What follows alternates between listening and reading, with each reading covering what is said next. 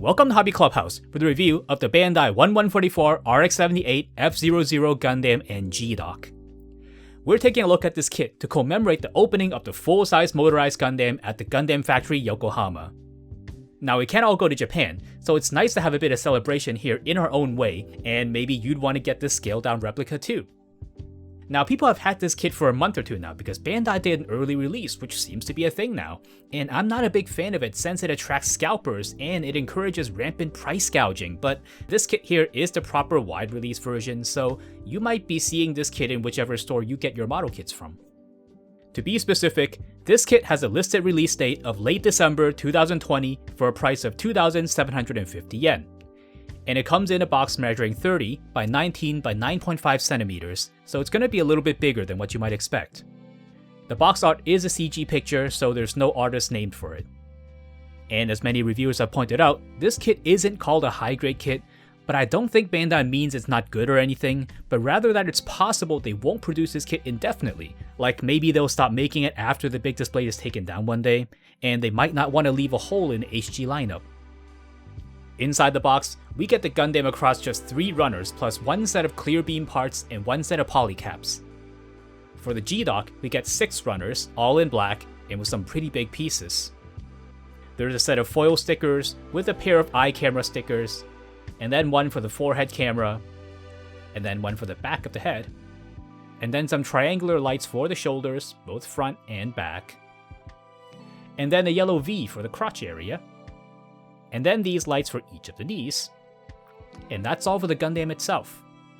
The remainder here all go onto the top of the GDock, and these go onto the corners, and then a pair of these for each level of the frame. Then these tiny ones for the spaces in between. And then finally, this huge one goes onto the front of the GDock. Additionally, we get a pair of clear stickers, and they go onto each of the shoulders. The instructions have a bit more information, and it gives us a tongue-in-cheek story of how the F00 was built of leftover parts of the RX-78 that were found in Yokohama. You can pause the video and read it in more detail if you're curious. It also talks about the Gundam factory in Yokohama, which is nice, but I don't think many of us will be visiting it anytime soon with the virus going around. The other side has some info on Gundam and Gundam models for beginners, so Bandai is assuming that many will buy this kit as a souvenir at the attraction and may not know a ton about the hobby. But joke's on them, since so far only the scalpers and the crazy impatient people have been buying these.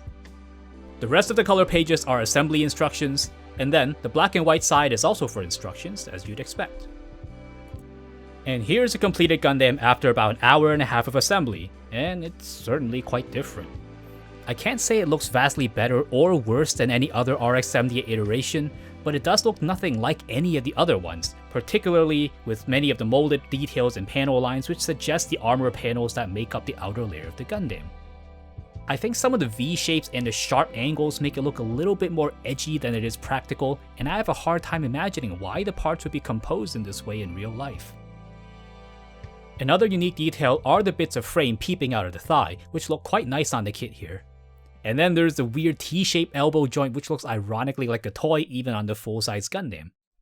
On the back of the legs, we have 2 exposed area of the inner frame, which is also something unique to this kit, and the angle of the top edge makes it look like something out of Turn A. The eyes are a separate clear part, which none of the HGs have, though the head cameras are not in clear plastic. One more unique detail about the F00 is its really tiny feet.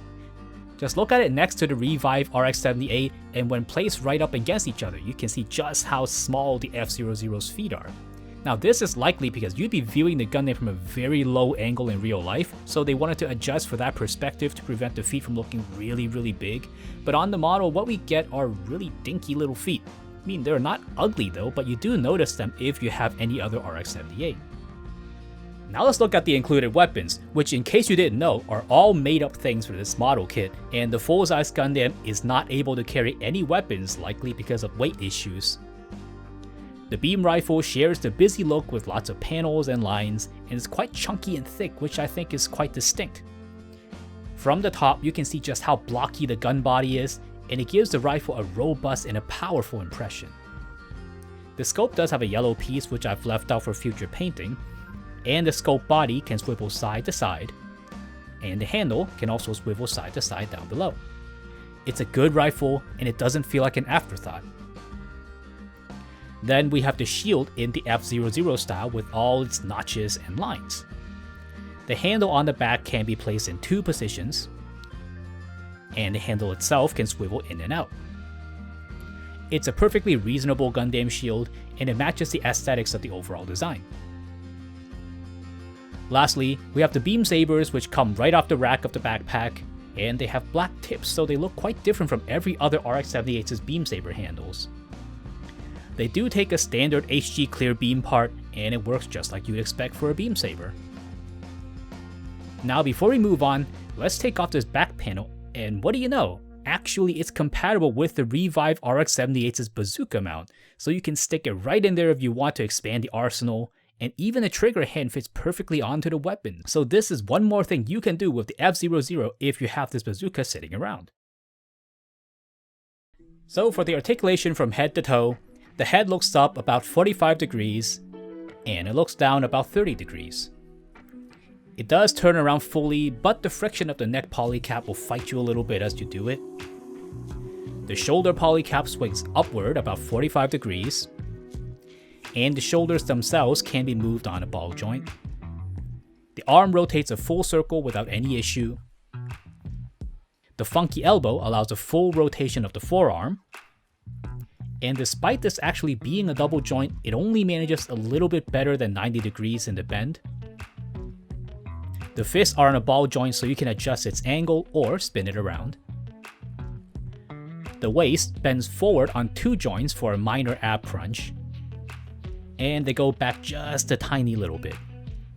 It swivels from side to side, but the front armor stops it from a full rotation. The front skirts can be separated as you'd expect, so they can swing up individually quite far up like so. And then the side skirts lift up a little bit, just like so. And the back skirt is fixed and can't move. The entire leg joint can swing side to side.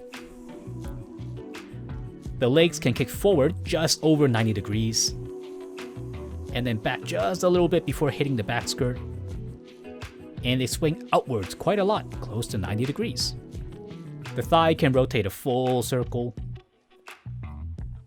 And the knees are on a double joint, and they fold something around 130 degrees. The ankle armor is a separate piece and can swivel up and down. The feet lift up this much, and then backwards this much. And they only tilt sideways a very little.